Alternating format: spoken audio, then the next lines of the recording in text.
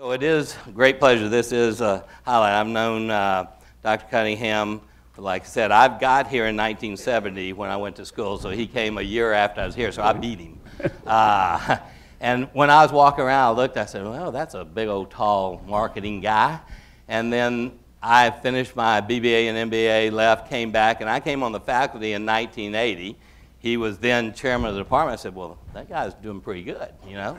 And then the next thing I know, he's dean of the business school. I said, boy, he's really moving on up there. And then president, then chancellor. I said, I don't know what the hell I've been doing with my life. So I seem to be in the same place I started. But I've been a colleague of Bill's for a long time. And I've been around a lot of people, CEOs and others. But what's amazing after that stellar career and all the things you heard, he still is down to earth. Him and Isabel are just the salt of the earth. He's just a great guy. So it's a real pleasure for me to have a fireside chat with our distinguished guests. So I'm going to start you off, Bill, with a few questions here, and then I'll open it up to the audience. So I'll open it with a really broad question of, you've been here now 40 years, so how has the university changed over that 40-year period? Well, Jim, I think I'll start by following the pattern that I've watched in the presidential debates. You can ask the question, and I'll provide the answer, depending on what I want to talk about. There you go. Every Romney says that, and I mean, everybody, that seems to be kind of the mantra of people who are in this position, have a chance. And I'm teasing, but I do want to say that it's just been a privilege and just an honor to be associated with the University of Texas for so long. And I have seen a few things, and it's just been a thrill. And I want to thank all of you who supported UT over the years. It's a very emotional thing for me. My wife, unfortunately, Isabella, is in Brazil with her mother, who's not very, kind of ill. I do want to introduce Connie Satoff, who's with me. She's often referred, many of you know Connie, who's dealt with me, and she's often referred to as poor Connie, but Connie's worked for me for 28 years. And so thank you, Connie, for all that you have done for me. The university, it's interesting to me when I look back and think about how the university has changed. And the answer is, I know this is not necessarily politically correct to say, but I don't think it's changed all that much, in the sense that we had very good students when I came in 1970. We clearly had the best students who went to public universities in the state of Texas. We were a large graduate research, diverse institution at that time. Today, we're still a large graduate, diverse research university. We've done a better job at diversity. We have many more, particularly Hispanic students on campus, and we've diversified our faculty. But the truth of the matter is, it was a great university in 1970, and it's a great university today. So you came here, I guess you were hired by the legendary George Kosmetsky, right? Who was the dean of business school and put the business school kind of on the map, I guess. So what was your relationship with George? George was, and how many people knew George? George was, please forgive me, I'm in the middle of stage of cataracts. So this will all be solved in about 3 months, but right now I don't see quite as well as I would like to. So I know there's a lot of people out here who I know, but it'll be hard for me to call you by name because you don't look quite as sharp to me as you would if we were close. George was an amazing guy, and for those of you who had a chance to interact with him, you know what I mean. He was a big thinker.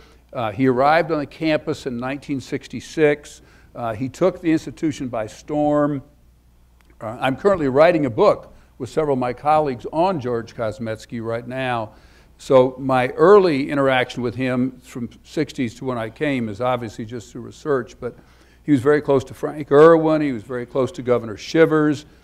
He didn't get along particularly well with President Rogers at the time.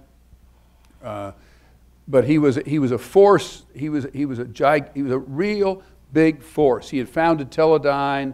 He came here with the reputation of being very wealthy and being able to kind of be involved in large enterprises. And I became George's associate dean, which the joke is it's kind of a mouse studying to be a rat. And the faculty appreciate that more, actually.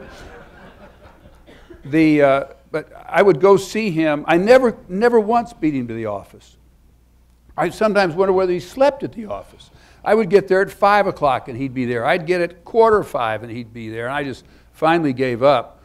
But when I went in to see him at that time of the morning, I could get a crystal clear answer to a question and move on.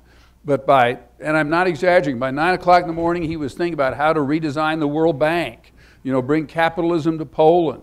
He was meeting with, the most powerful people in Texas. So it was a thrill. I learned a lot. He taught me really the drive for excellence. George never did anything that was important that he didn't do in an excellent way.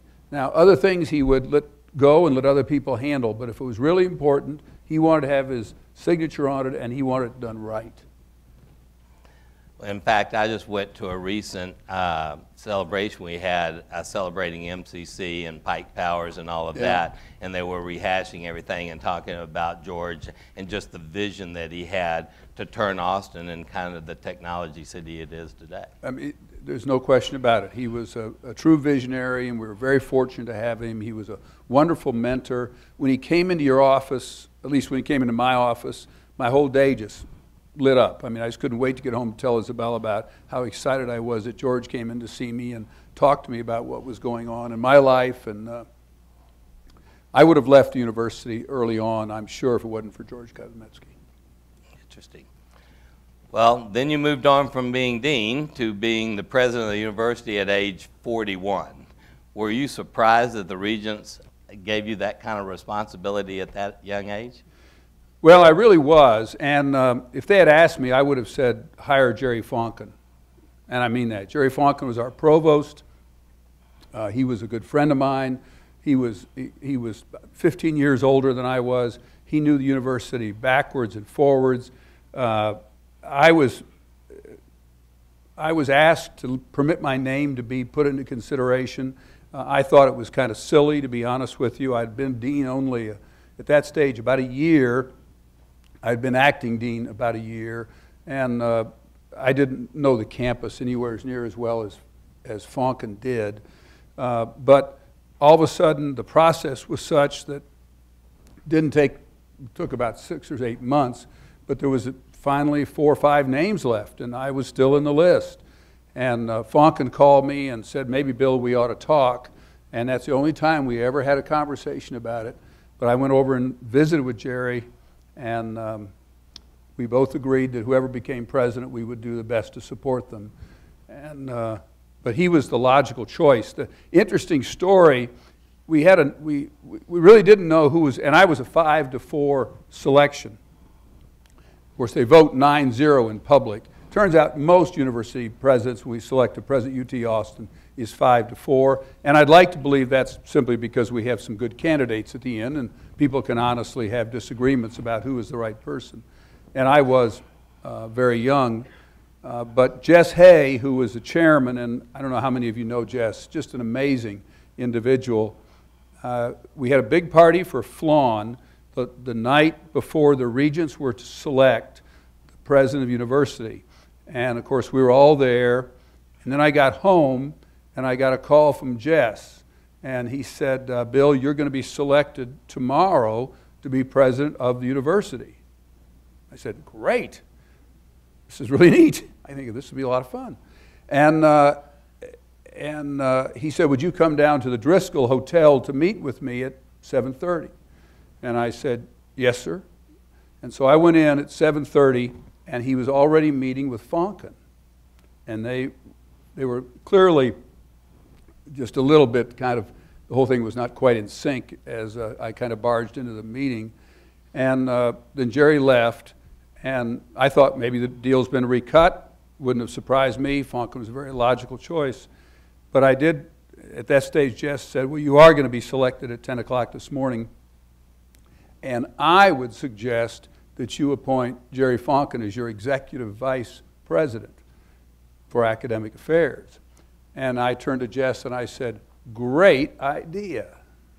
And he was. He was a marvelous, marvelous provost, served me very well, went on to serve 2 more presidents, and it all worked out very well. But yes, I was surprised.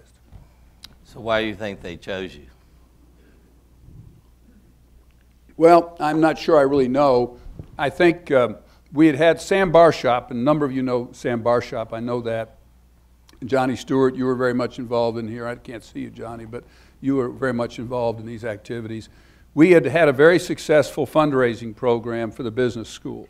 When I became dean, we were in the middle of a Centennial Teachers and Scholars program. And George Kosmetsky had announced a goal of $3 million to raise for the College of Business. Well, I didn't know anything except I was now the acting dean, so whatever George promised, in just a state of panic, when Barshop looked at me and said, "All right, Bill, what's your goal?" I said, "Well, George promised $3 million myself. I'll promise $6 million. So I'll raise $6 million. And of course, I didn't know how to raise 60 cents. But if you can raise 60 cents, I guess you can raise $6 million. Give it a try anyway. And over that period of 24 months, we raised $24 million. Now, I think that was kind of dramatic. But I had a lot of support, and I say Johnny Stewart's here and Sam Barshop, and we had the Centennial Teachers and Scholars program, and we had all the work that George had done setting it up. George had so much money, I think it was hard for him to ask people for money. I was not plagued with that problem of being very wealthy, so as a result, I had to ask people for money. But the combination of Sam Barshop and the Business School Advisory Council and a man named Tom Loomis, and we were on the trail literally, Connie could tell me, but a day and a half a week asking for money. And I really mean this. I don't think we were ever turned down for a request. We had a few people give us less money than we asked for, and we had one person, and I'll tell that story, but maybe we will, but one person gave us substantially more than we asked for. But that probably separated me from a lot of the people. The fun thing to me is that $24 million today is over $50 million, and it's contributed more than $25 million to the college. So that makes me pretty happy. Congratulations. So talk about fundraising. I mean, you got a call from Frank Irwin, the chairman of the Regents, and he asked you to raise a chair, $1 million chair for Professor Rosenbluth. What happened there? Well, what makes this interesting is Frank Irwin didn't call me a lot. Just lines of communications were lots separated from me and Frank. But he did call, and I had had a little bit of success, and I was very early on in my deanship. And he asked if I would help raise a chair for Professor Rosenbluth, who was a distinguished physicist. The last time I interacted with physics was in high school, and I got a C. And I was lucky to get out with a C. I don't mean that. So, I mean, I didn't know sure I could spell physics, and I sure couldn't spell what Professor Rosenbluth was interested in. But Frank Irwin, I could spell his name. He got my attention. And so we started trying to figure out how we're going to do that. Dean of the business school, raise money for physics. And one thing I did do that probably helped me a lot, actually, in terms of becoming president of the university was that I was perceived, and I believe I was, and I believe I am, a team member. And I had to help raise a fair amount of money for liberal arts and some other schools along the way. So in that probably helped me, and I was perceived in that manner. So we went down to see Walter Fondren, and my hook was I was going to ask him for $500,000 for physics and match it with $500,000 in the business school. And we had a great meeting. I really came away all excited about it. Sam Barshop went with me. Tom Loomis went with me. Left, and about 2 weeks later, I got a call from Walter, and he said, "I'm not going to do what you ask." And I said, "Well, you always think, well, maybe there's another chance here a little later." And so I said, "Walter, thank you very much. I appreciate it so much. You're very kind, but I understand." He said, "But what I've decided to do is I've decided to give a chair in geology and a chair in law." I thought, well, this is maybe a little too much teamwork here, but... And then he went on to say a chair in physics and a chair in business. So that was the day that we hoped to raise maybe a total of $1 million, and we raised $2 million.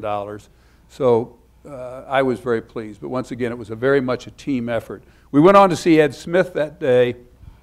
I don't know how many of you remember Ed Smith from Houston, but I was so excited after leaving Walter Fondren, and Smith's office was right down the hall. I dropped into his office and said, would you be willing to give an endowment in physics and an endowment in business school? And he looked at me and said, physics? You got to be kidding. I have no interest in physics. Maybe someday I'll give you some money for the business school. And he gave us lots of millions before it was over for the business school. So fundraising, really, I always enjoyed. And that probably helped me a lot. So as an administrator, whether you're dean, president, chancellor, in an academic setting like this, it's kind of like herding cats, isn't it? Yes. So you faced a lot of politically sensitive things. I mean, you coming from the business school, you told me one time that half the faculty don't know why we have our own building. Right. That we're not liberal arts, but we're not science, so what are you? So how is that? How do you manage across? So what about like English when you tried to substitute a multicultural thing for English 306? All right, let's go back here. I didn't try to substitute a multicultural. They wanted to. They wanted to do that. I wasn't on that to program. That's right. Let me tell you what happened. This was fascinating. Back in the early 90s, and late 80s, there was a very strong multicultural movement across higher education. And the idea was that our students were not being properly educated in a multicultural discipline, and this quickly took on a politically correct kind of atmosphere. And I have no trouble, just for the record, of women's studies are very important. Studies of all across the world are important to me, but I was fundamentally against doing away with basic writing, English 306, and substituting a multicultural course for that. That was not what I wanted to do. But a group of faculty wanted to do that. And the faculty senate, which I no longer have to deal with, fortunately, largely turns out to be politically active people on campus. And nothing wrong with that. It's important, the work they do. Now, I'm trying to be a little politically correct here. But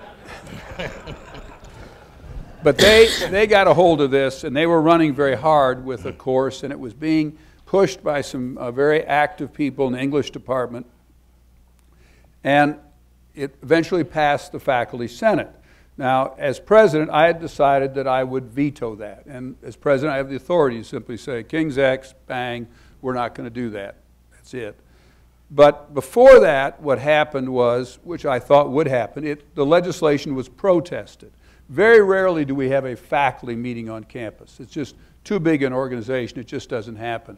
But we had a called faculty meeting. It only takes about 9 people to protest a vote, and then bang, you have a faculty meeting. So now we were faced with having a faculty meeting which we thought would be, and turned out to be, the largest faculty meeting in the history of the University of Texas dealing with this issue. And of course, the first thing that went through Fonken's mind and my mind, and Jerry and I were locked at the hip on all issues, I must say, but this one particularly, was that we would only get the politically active people to come and the people who were for this course.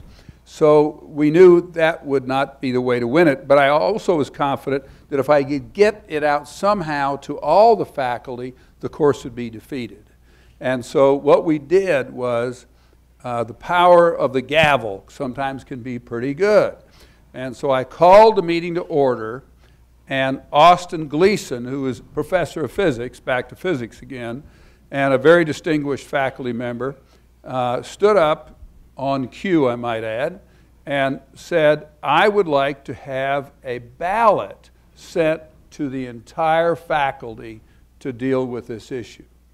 And I said, is there a second? Recognizing a second. And I said, is there any discussion? And I think I didn't let that hit before I said, now we'll vote. And we voted, and I said, all in favor say aye, all against say no. I said, the ayes have it. Banged the gavel, and we were adjourned in less than 7 minutes. And the ballot went to the faculty, and the faculty turned it down. So it all worked out. It was a very difficult time, but it did work out. The teaching of English 306 was a problem throughout my presidency. The last thing I did do is my last act as president. Bob King had come back, and how many of you knew Bob King? I bet a bunch of you knew Bob King. Bob was Dean of Liberal Arts, and he was a very tough guy and a very good guy. And the English department had been teaching English 306, a basic writing course, but no one wants to teach writing. It's a very difficult assignment. It's not any fun, and it's hard work. And they had pushed it back to their TAs, and it wasn't a very well done course. And then it got all mixed up with this multicultural thing. And so literally the last act as president of the university, before I walked out of my office, I had Jerry Fonken there and the provost and Bob King, and we were talking about what we could do with English 306. And we came up with the idea of taking it out of the English department and putting it in the dean's office. And the dean's office then would be responsible for hiring lecturers and hiring professionals who would do it. And the concern was, could we, quotes, get away with it? And at that stage, I finally turned to Bob King and I said, Bob, if you will recommend it, I bet Fonken will approve it. If he approves it, I'll approve it. And with that, Bob King said, I recommend it. Fonken said, I recommend it. And I said, approved. And that course has been well taught now for over 20 years. So it did work out. So sometimes being the right place at the right time is a good thing. All right, so let's switch gears from the politics of things to what everybody wants to hear. So you were in the system while we were in the Southwest Conference, then the Big 12, then the Big 9, then the Big 10. I don't know what we are right now. Right. I can't count. So right. What do you think about this whole thing with the Big 12? Well, it's fascinating to me. First, it became very apparent to me that and to all of us, that the Southwest Conference was going to be in a difficult position. It had become kind of a geographic conference. It had members that were nervous, didn't get along very well. It was only football, only athletics. And so we hired McKinsey early on after I became president of the university to give us some advice. They told us it'll split up fairly quickly. We kind of went along. And my first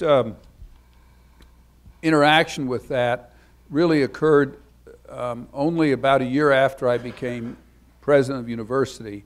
And what happened was the president of Georgia called me and asked to meet with me. We were both going to be in Washington. We met in a law firm, and I knew Chuck Knapp pretty well. We had a very nice discussion. After about 20 minutes, I said, Chuck, what is this all about? And he said, we'd like you to join the SEC, University of Texas, to join the SEC. And I said, well, I think, let me think about that. You're very kind to invite us, and let me think about that. And I'm not in a position, obviously, to make any commitment, but I'll go home and we'll all talk about it. And so we met with DeLoss Dodds, who's been just an incredible athletic director, incidentally, in my opinion, over an extended period of time. We're very fortunate to have had DeLoss. And Ed Sharp and Shirley Bird Perry and a variety of people. Eventually, I brought Jess Hay into it.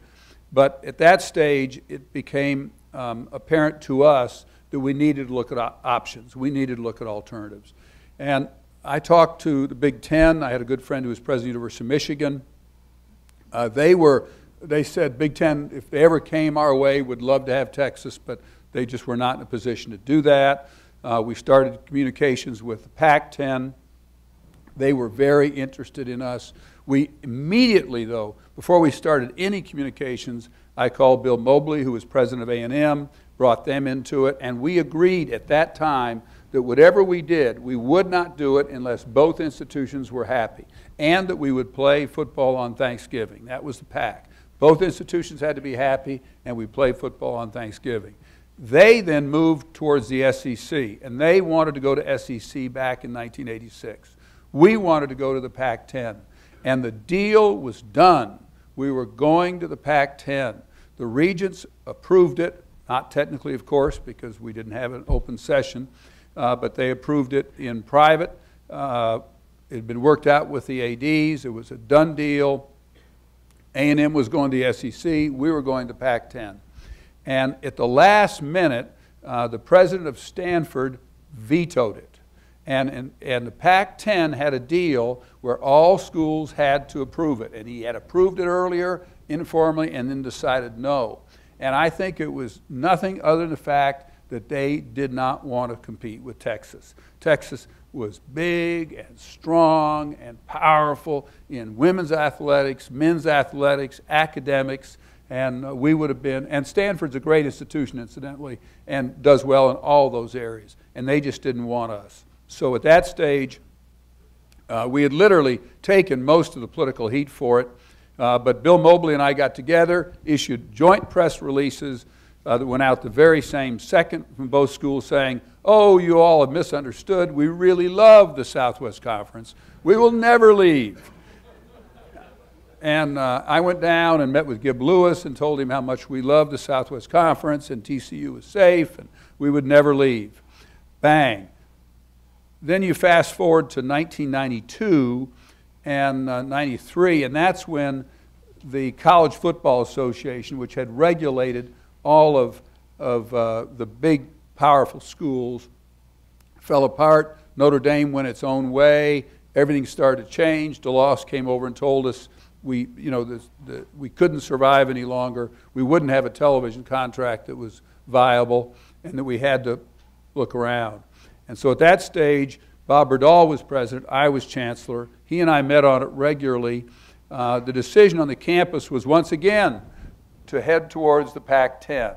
And once again, for A&M, once again, locked at the hip, they were going to go to the SEC. And once again, it fell apart. And this time, it fell apart because because Texas Tech, we had to take care of Texas Tech at that stage. Texas Tech had become a political force, and we had to take care of Texas Tech. And the Pac-10 would not take Texas Tech. So at that stage, it fell apart again, and we turned around and merged and did the Big 12 venture. So it all worked out, but the thing that we had going for us during that period was a set of colleagues over at A&M who wanted to do what we wanted to do, and we were all going to work together. I'm afraid that's not the case right now. So we got 15 more minutes, so I want to leave some time for the audience. But so let's switch gears to when you were chancellor. What exactly does the chancellor do? Well, that's a good question. But the chancellor, it's interesting, and those of you who are, as most of you are, involved in management understand the conflict here, but presidents are hired by the regents, but they work for the chancellor. No, they actually work for a vice chancellor who works for the chancellor. So it obviously creates some dissonance periodically and some problems. But basically, the presidents report to the chancellor. The chancellor is the chief officer of the UT system, and the chancellor is the chief lobbyist. So I'll understand that. Probably half of my time was spent on government relations, and when the legislature was in session, virtually all of my time was spent on government relations. So I had a big staff and a good group of people across a wide spectrum of things, but we spent a lot of our time on politics. So how did you get along with some of our governors throughout? You were both as president and chancellor. How did you handle the political?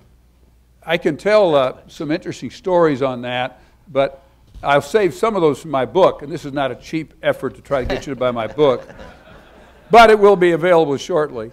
The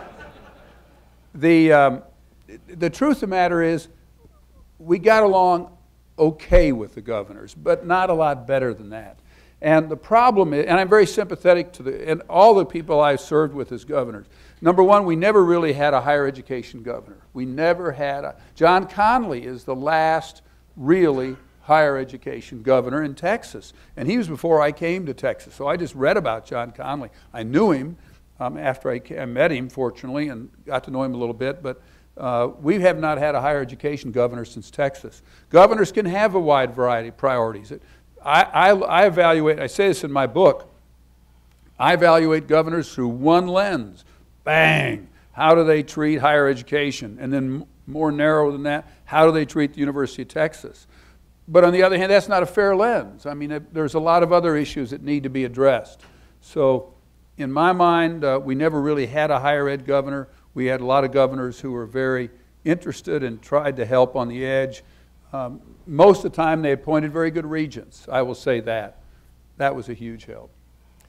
So I guess you had to deal, Bernie Rappaport was the regent during most of your deals. So what was your relationship there with the regents? And I was fortunate to serve under a variety of chairmen, actually.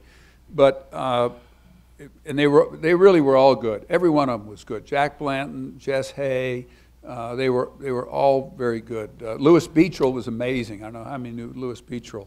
Louis, when he hired me, I'll tell one quick Louis Beecherel story. And for those of you who knew Louis, Louis was chairman of the board, regents. I was president of UT Austin.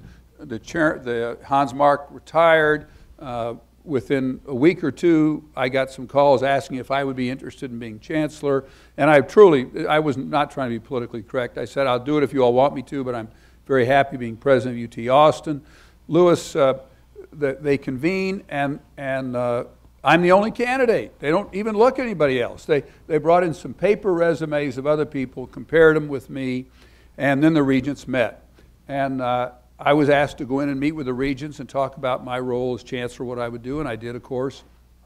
And Louis came out, and I'm sitting there kind of nervous in the hall, waiting outside the room, as you would expect. And he said, Bill, I really don't think you're the right guy to be chancellor. And I said, well, Louis, that's fine. I have no problem with that. I love my job at UT Austin. It's just wonderful. I don't have any problem with that at all. It's not a burden. He said, well, my problem with you, Bill, is you try to develop a consensus too much. You try to always get people around that, and try to do that. And I think it needs a little different kind of leadership. And I said, well, Louis, whatever you want is fine with me. And he said, well, that's great, Bill, but the 8 other people in the room just voted to offer you the job. And I said, well, then I'll be happy to do the job. And he said, how much do you want to be paid? And I said, well, this is my only time I negotiated pay in my history at the University of Texas. I said, why don't you pay me what you paid Hans? And I had no idea what they were paying Hans Mark. No idea. He said, fine. He didn't have any idea either. We shook hands, bang. And he couldn't have been better. He couldn't have been better to work with. He couldn't have been more helpful to me. He couldn't have been more supportive of me. He was wonderful. Rappaport flew onto the stage, and I don't know how many of you knew Rappaport. He's an amazing guy, and B is now 93 or 4 years old, and he was at that stage, I don't know, 70-ish, I would guess, and he was a tremendous power in the Democratic Party.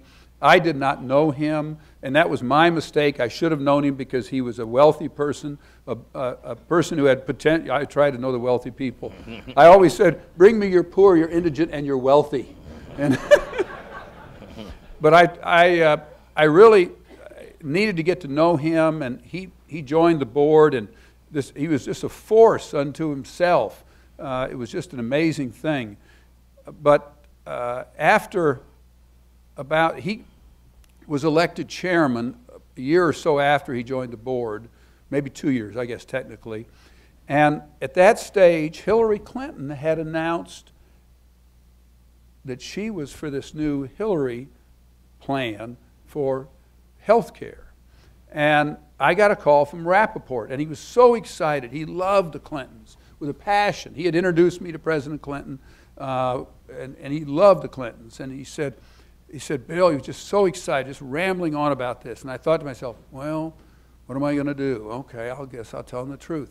I said, Bernard, this would be a disaster for us. He said, really? And I said, yes, it would be a disaster for our medical schools. And I went through the whole thing piece at a time. And after about 10 minutes of B listening, that was unusual, B does not listen a lot. He's very good. He's very smart. In those days, he was making 80 phone calls a day, running a large insurance company, chairman of the Board of Regents, big Democratic supporter, he's just everywhere. And he said, well, Bill, we'll have to go to Washington. We'll have to defeat this. There's a man with flexibility. And what he meant was this, he was putting on what made him a great regent. He was saying, I care about the university more than anything except my 2 granddaughters and my wife. And if it doesn't interfere with them, then I'm for you and I'm for the university. So he said, we got to go up. And he said, we'll go up and we'll see Kennedy and we'll see Rockefeller. And I didn't know any of these people. He listed all these senators off. And I kind of said to myself, sure.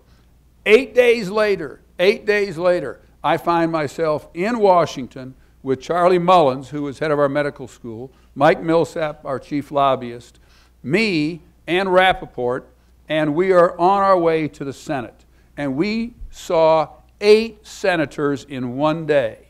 In one day. You can't do that. And sure enough, Kennedy had lunch for us in his office. Sure enough, Rockefeller saw us. At the end of the day, Rappaport says to me, do you have any tickets for the State of the Union speech? Right. No, I don't. I checked here. Sometimes I have baseball tickets maybe, but I don't have any tickets for the state. That's that night.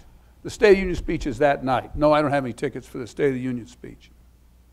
And he said, well, let's go over to the Speaker's office and see if we can get some tickets for the State of the Union speech. I said, works for me. So off we go. And we go through Congress, go through security, go up to the Speaker's office, knock on the door, bang. They not only let us in, they let us in with enthusiasm. They're happy to see us. Carl Albert, the Speaker of the House, welcomes us, brings us into his back area. Now it's, the President's going to speak in about 1 hour and 30 minutes. We're sitting there BSing with the Speaker of the House. You know, this is beyond my stripes, folks. I don't understand this. And we're sitting around a table like this, yucking it up, and President Clinton comes in. And he sits down. So now we've got President Clinton, Bernard Rappaport, me, and the Speaker, and Millsap, and Mullins, and we don't know what to do at this stage. So after about 15 minutes, President Clinton says, well, I think I better go. I've got to give the State of the Union speech. Made sense to me.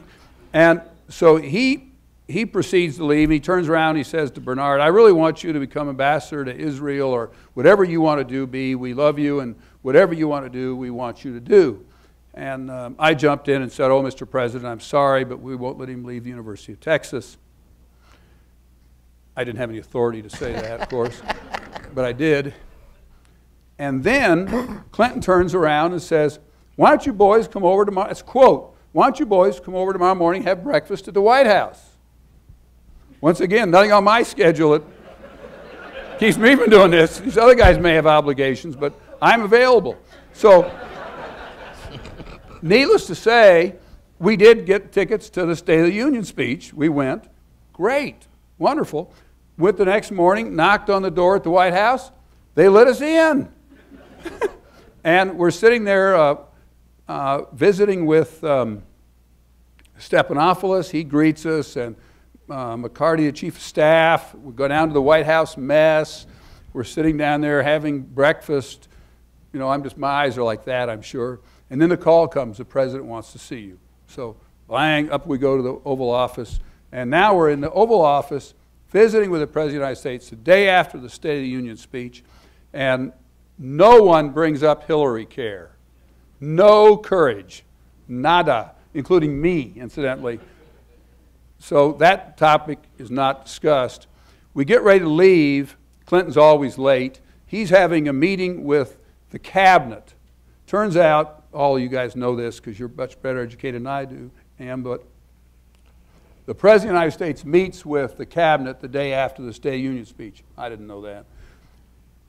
We're now holding up the cabinet because we're sitting there yucking it up with Clinton in his office. We leave, we walk out, go by the cabinet room. The cabinet a couple of them knew me, Benson and a few others, but they all knew Rappaport. So the entire cabinet comes out to say hello to cabinet. The cabinet, now we're holding up Clinton. He can't get his State of the Union speech started. So that was my experience with politics and Rappaport, and it was amazing. He is a wonderful man, and what made him a great regent, and I'm frequently asked the question, what makes a great regent? And what makes a great regent, of course, in the eyes of the chancellor, is they do what the chancellor wants, just teasing there, of course. But the real perspective is that there's no political screen. All the regents are selected by a governor, that's fine, but after that, and after they're approved by the Senate, they put on the hat that they're going to do what's in the best interest of the university.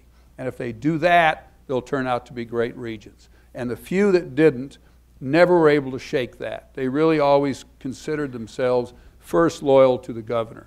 I was lucky, I had very few like that. But the great regents do all things that you'd expect a board to do, avoid micromanagement and avoid a variety of things. But the real key thing is to look at the political scene in a way that they want to advocate to the governor rather than have the governor pushing back on the board. That's what makes a great regent. Thank you, Jim. Great job.